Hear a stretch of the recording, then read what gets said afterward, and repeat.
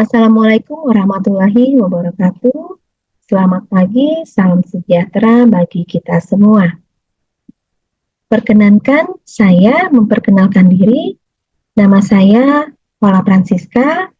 Saya berasal dari Universitas Kristen Palangkaraya dan saya mengajar mata kuliah bahasa Inggris yang mana merupakan mata kuliah umum pada program studi budidaya perairan Fakultas Perikanan.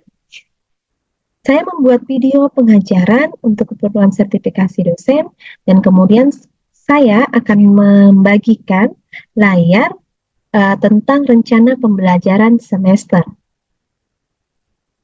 Baik, kita akan mulai dengan penjelasan apa itu DIA.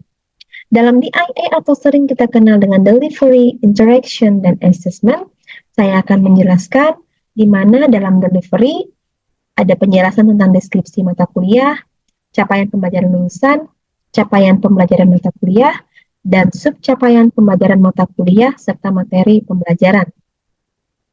Dalam interactions, kita akan melihat metode pembelajaran serta strategi pembelajaran interaktif, dan dalam assessment, saya akan menjelaskan tentang bagaimana sistem penilaian. Untuk deskripsi mata kuliah, maka pada mata kuliah ini mahasiswa diharapkan dapat belajar tentang konsep-konsep dasar berbahasa Inggris yang meliputi keterampilan menyimak, listening, berbicara, speaking, membaca, reading, dan menulis, writing. Serta mahasiswa juga diharapkan mampu menerapkannya untuk mengungkapkan ide dan pikirannya secara lisan dan tertulis di dalam kehidupan akademik yang berkaitan dengan sains dan teknologi serta dalam kehidupan sehari-hari. Untuk capaian pembelajaran lulusan ada 4 hal yang diperhatikan, yaitu untuk sikap. Mahasiswa menunjukkan sikap bertanggung jawab serta dapat menginternalisasi nilai, norma, dan etika akademik. Untuk pengetahuan, mahasiswa mengetahui konsep teoritis ilmu pengetahuan dan teknologi, serta memformulasi penyelesaian masalah dengan menerapkan pemikiran logis, kritis, sistematis, dan inovatif dalam konteks pengembangan atau implementasi ilmu pengetahuan dan teknologi yang memperhatikan dan menerapkan nilai kehidupan yang sesuai dengan bidang keahliannya. Dalam keterampilan umum, mahasiswa mampu menunjukkan kinerja mandiri, bermutu, dan terukur, serta dalam keterampilan khusus, mahasiswa mampu menerapkan ilmu pengetahuan dan teknologi sesuai dengan bidang keahlian. Ada 7 CPMK yang saya akan jelaskan di sini, dan pada layar ini adalah CPMK 1, di mana mahasiswa diharapkan mampu membedakan parts of speech dalam bahasa Inggris. Dalam sub CPMK 1 hingga ke-8, maka mahasiswa diharapkan mampu menyebutkan, membedakan, menempatkan kata benda atau noun, kata kerja atau verb, kata sifat atau adjektif, kata keterangan atau adverb, kata ganti atau pronoun, kata preposisi atau preposition, kata sambung atau conjunction, serta kata seru atau interjection dalam kalimat. Pada CPMK kedua, mahasiswa mampu menggunakan tata bahasa dasar dalam bahasa Inggris, di mana sub CPMK 2.1 sampai 2.4 maka menjelaskan di mana mahasiswa diharapkan mengetahui tentang formula simple present tense, simple past tense, simple future tense, serta formula present perfect tense yang kemudian mereka bentuk dalam sebuah kalimat dan mereka bisa mengkomunikasikannya dalam kehidupan sehari-hari.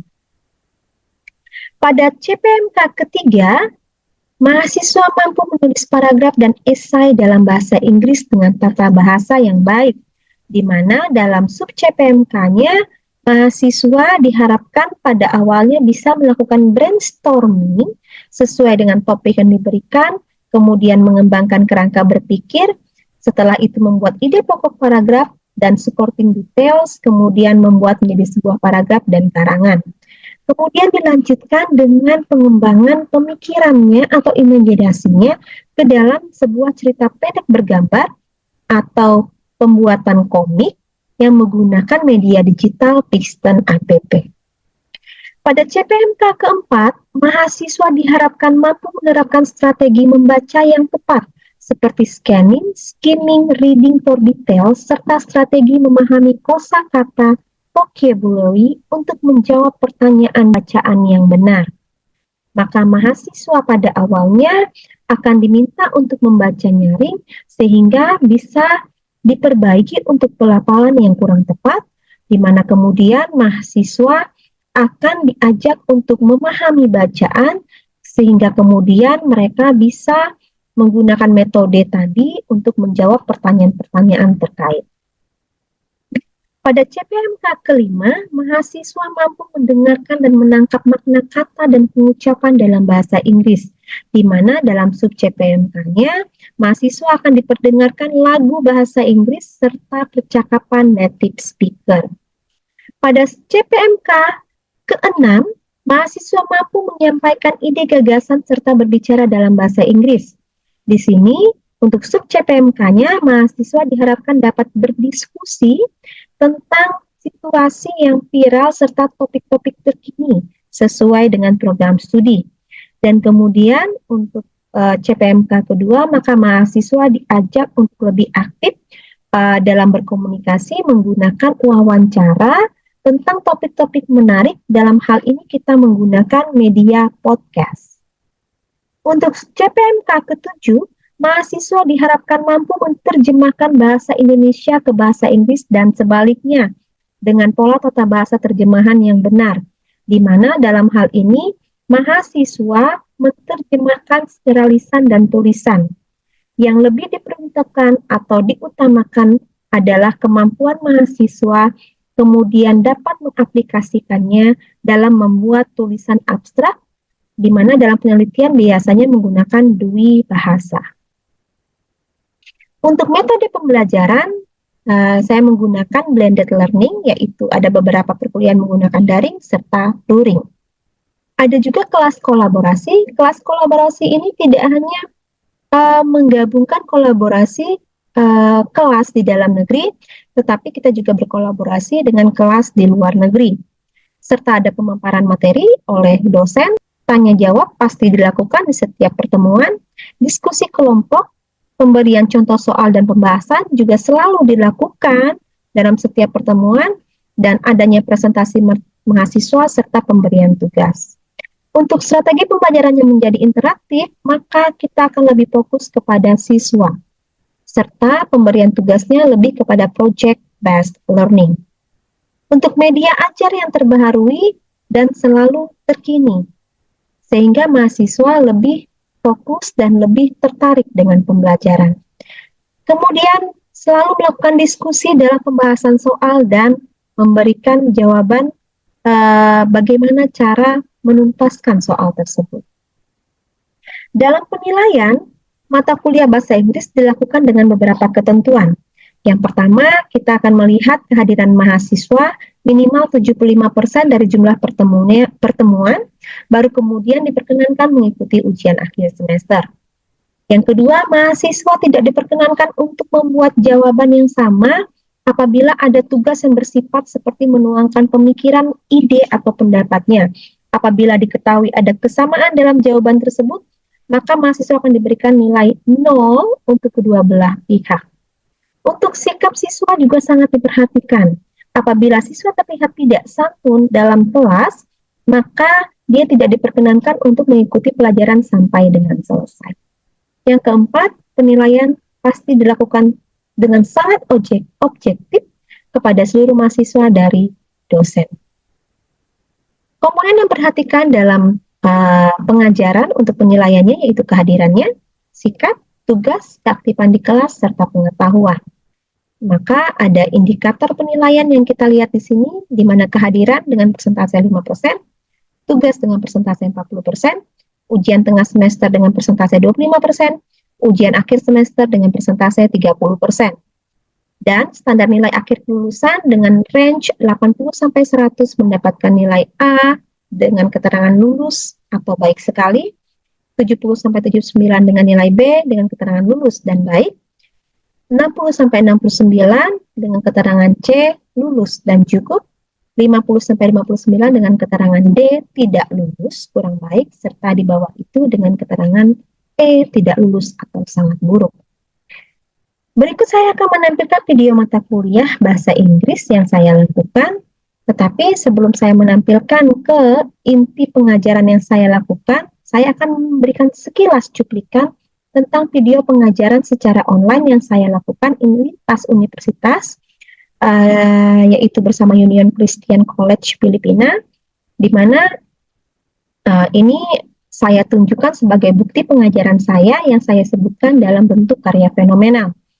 Ya, kemudian video inti dari kegiatan ini saya akan menampilkan rekaman pengajaran mata kuliah bahasa Inggris dengan materi simple present tense dilaksanakan pada pertemuan keempat. Okay, I will share the screen. Okay, here we will talk about the adjectives. That adjectives are describing words. They describe noun, a person, place, or thing. Okay, now I wanna ask John. Hi, John Depp. Yes, ma'am. Yeah, what is your favorite food? Oh, my favorite food is adobo, ma'am. It's a Filipino dish. Oh, okay. Can you tell me how is that taste? Because of the limit of the time, I will start this again. Okay? For your beautiful smile. Okay, the count of 3. 1, 2, 3. Good morning buat kita semua. Kali ini kita akan belajar tentang yang namanya simple present tense. Ada yang tahu simple present tense itu apa? Simple present tense itu adalah tenses yang kita gunakan dalam masa sekarang, atau bisa dibilang itu apabila terjadi kebiasaan yang kita lakukan sehari-hari, maka kita menggunakan yang namanya simple present tense. Nah, di sini ada penjelasan pengertian serta penggunaan dari simple present tense. Simple present tense adalah bentuk atau konstruksi kalimat yang menyatakan aturan waktu sekarang. Selain itu, simple present tense digunakan untuk menyatakan fakta, kebiasaan maupun kejadian yang berlangsung berulang kali. Jadi kalau misalkan sekarang kalian setiap hari misalkan pergi ke sekolah atau kampus, berarti itu masuk dalam simple present tense. Ya. Oke, now here kalian bisa lihat formula itu atau rumus. In a simple present tense we have two patterns. Kita ada dua pola. The first pattern is with to be, dengan to be and is are. Ini adalah bentuk positif. Nah, ketika beberapa waktu lalu kita sudah belajar tentang pronoun, maka untuk subjeknya ini terdiri dari I, you, we, they, he, she, it itu termasuk ke dalam pronoun. Nah, sekarang kita akan lihat setelah subjek dia akan ditambahkan to be. To be apa saja? Kalau I pasangannya and, kalau you pasangannya are, kalau we pasangannya are, they are, he is, she is, it is. Dan the next is the complement. Complement itu apa? Complement itu adalah pelengkap. Pelengkap kalimat. Complete the sentence. Okay, now look at the first sentence. I am a doctor. The second sentence, Novel bisa baca? Yang mana? Second sentence, yang kedua. You are Nancy. Okay, good. Yang ketiga, Novita? We are at school. Okay, yang keempat, Siti? They are solving. Okay, very good. Next, he and what? Okay, he is unhappy. Terus selanjutnya, Bulan? She is tired. Okay, very good. Next, the last. It is broken. Okay, very good. Now, this is the examples of the pattern one of the positive form in simple present. Next, we go to how to make it to be the negative form for the simple presence. It's very easy because we just add not. Ini gampang kalian yang menambahkan not. I am not, you are not, we are not, and so on. Dan selanjutnya seperti itu. Okay? Okay, very good. Next, we go to the interrogative form. In the pattern one, we also have the interrogative form. Kita juga masih punya bentuk tanya. Bentuk tanya itu seperti apa? To be-nya pindah ke depan. Replace to from. Am I doctor? Are you handsome? Are we at school? Are they soldiers? Is he unhappy? Dan lainnya. Oke, based on the explanations, berdasarkan penjelasan saya tadi, adakah pertanyaan? Any questions? Adakah pertanyaan? Ya, silakan. Berarti kalau pakai nama itu berarti fungsinya apa? It's depend on the name, tergantung dari namanya. Namanya laki-laki atau perempuan? Nama salah Adi gitu. Adi, berarti laki-laki dia pakai he. Kalau he, maksudnya di mana? To be-nya. Nah, he. Apa to-be-nya kalau he? Is. Oke, very good. Jadi dia adalah to-be-nya menyesuaikan dengan subjeknya tadi. Kalau dia laki-laki, masih satu orang berarti he is. Tapi kalau lebih dari satu, maka dia pakai they atau we, maka to-be-nya menjadi are. Oke, I have questions for you. Saya punya soal. Kalian bisa lihat di sini. Change a sentence below to be the negative form. Saya punya kalimat Maria is a happy girl. Sekarang untuk kalimat negatif, siapa bisa? Ya, silakan Siti. Negatif kan? Negative form. Kita tambahkan apa tadi? Oke, coba diulang. Maria is not happy. Oke, very good. Maria is not a happy girl. Sekarang yang kedua. Change a sentence below to be interrogative form. Berarti ubah ke bentuk tanya. My father and my mother are in Jakarta now. Who can change it? Siapa yang bisa mengubahnya ke bentuk tanya? Tadi kalau di bentuk tanya, to-be-nya pindah ke depan. Bisa?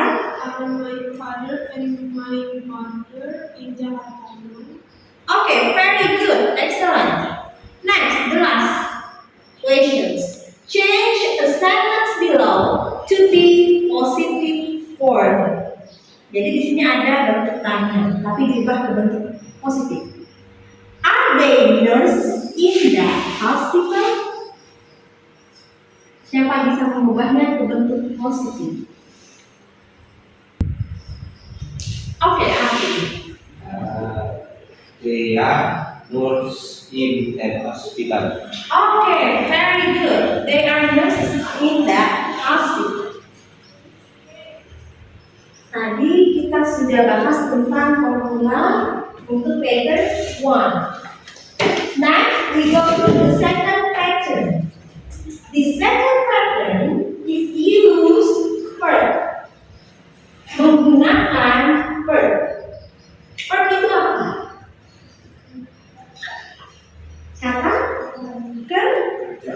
Kata kerja. Jadi kalau verb itu adalah kata kerja, seperti yang sudah kita pelajari sebelumnya, bahwa banyak sekali jenis-jenis kata. Sekarang kita kedua menggunakan kata kerja. Bentuk positifnya, formulanya sama. Ada subjek, di mana subjeknya terdiri dari I, you, we, they, he, she, dan it. Tapi untuk wordnya ada penambahan s atau es. Kita lihat untuk I.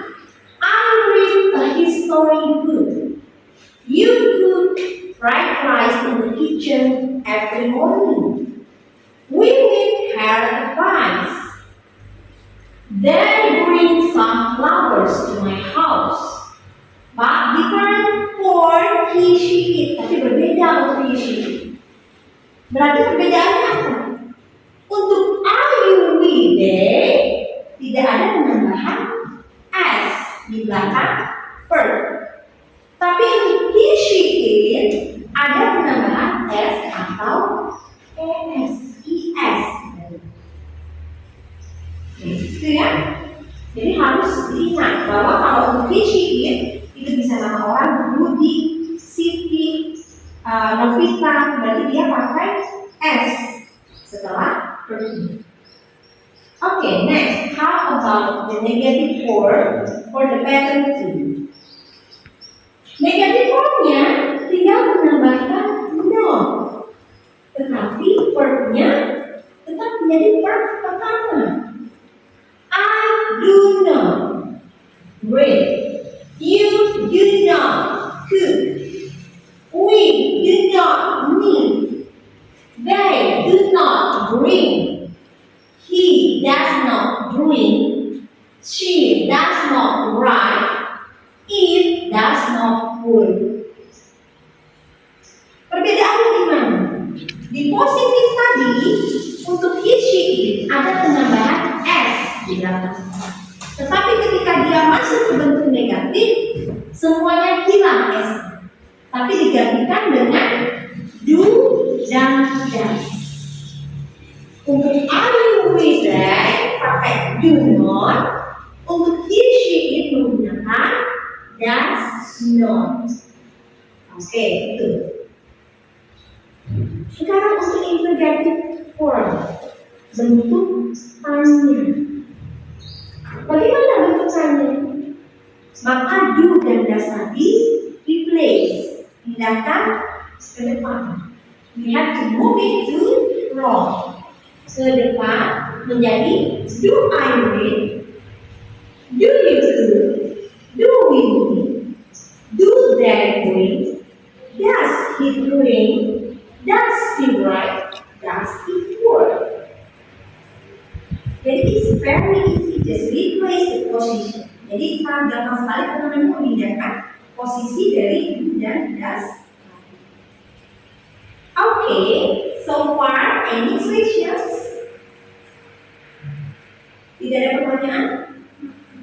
Oke, kalau tidak ada pertanyaan, silakan lihat task 3. Make some corrections from the sentences below. Buat beberapa koreksi dari kelima soal. Ini adalah soal yang susunan kalimatnya itu atau ada yang salah di kalimat-kalimat ini. Coba, number 1. Who can answer number 1? Do. Oke, baca. Kalau diperbaiki menjadi Do they buy some vegetables in the market? okay, very good. Do they buy some vegetables in the market? Very good. Next.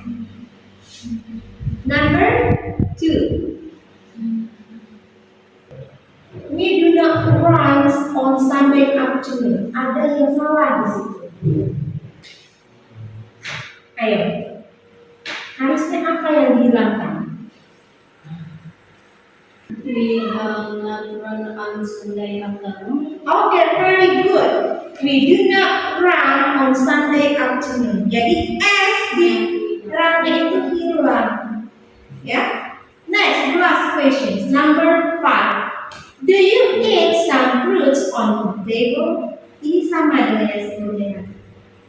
Sama dengan yang jawab. Siapa bisa? Do you eat some fruits all the time?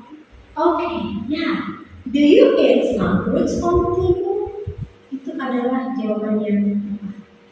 Jadi kita harus hilangkan S setelah verb. Okay, now we go to the task 4. Saya punya soal atau tugas terakhir. I have 5 words here. Saya punya 5 kalimat di sini. Make some sentences based on the words below. Jadi silakan kalian bikin kalimat dalam bentuk simple present berdasarkan 5 kalimat ini. Silakan. Langsung dikerjakan. Ya.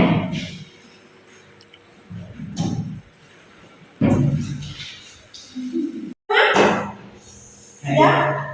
Oke, sekarang dari kata-kata ini, sekarang saya coba panggil yang berhubungan tadi. Coba, Nopen, kamu pilih kata-kata. Play. Play. Ya. Oke, coba sebutkan kalimat ini. I play in the air. Oke, I play in the air. Selanjutnya, ulang kalimatnya. Think before you speak for words. Have the power to bold or disturb. Oke, very good. Selanjutnya, kalimat yang think sudah, play sudah, understand, dance, dan aware. Apa kalimat one? Think juga. Oke, apa coba saya dengar? I think ice cream is delicious. I think ice cream is delicious. Oke, very good. Paulus, ada kalimatmu? Terakhir. Iya, terakhir. Coba, siapa Novita? Very good one.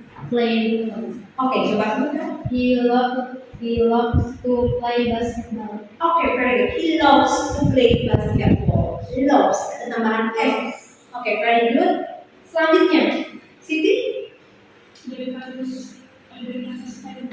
Stand, oke. I can to stand. Are you? Can to stand. You can to stand. Kurang pas. Coba diperbaiki lagi. Kalau dia pakai kata kerja, berarti dia tidak menggunakan to be. Pakai are. Tadi pakai apa? Pakai pilihannya do atau does, ya. Oke, Afri. I will. Where? Oke. I will. Pajama. In the night. Oke, I will pajamas in the night. Oke, very good.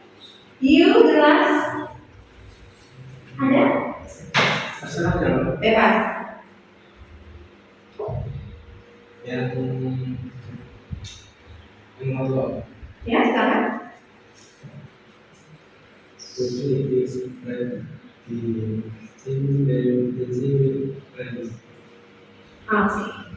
Oke, thank you. Jadi, setelah ini saya akan memberikan tugas untuk kalian. Silakan kalian kerjakan. Nanti akan saya periksa tugas kalian. Saya berikan waktu selama 30 menit untuk mengerjakan tugas tersebut. Ya. Baik, terima kasih banyak untuk kegiatan kita hari ini. Saya harap kalian memahami bagaimana caranya membuat kalimat dalam bentuk present simple, dan tugasnya semua sudah dikumpulkan. Nanti saya akan periksa apabila ada perbaikan atau saya lihat nilai kalian masih kurang memenuhi, berarti minggu depan saya akan menjelaskan lebih lanjut tentang pelajaran ini. Tapi kalau misalnya kalian sudah memadai, berarti kalian sudah paham apa yang dimaksud dengan simple present tense. Minggu depan kita akan belajar tentang simple past. Jadi silahkan kalian pelajari lebih dulu untuk persiapan kalian untuk menghadapi materi minggu. Baik, sebelum saya akhiri, masih ada pertanyaan dari kalian? Tidak ada? Baik, terima kasih banyak untuk hari ini. Kita ketemu lagi minggu depan. Terima kasih. Ya.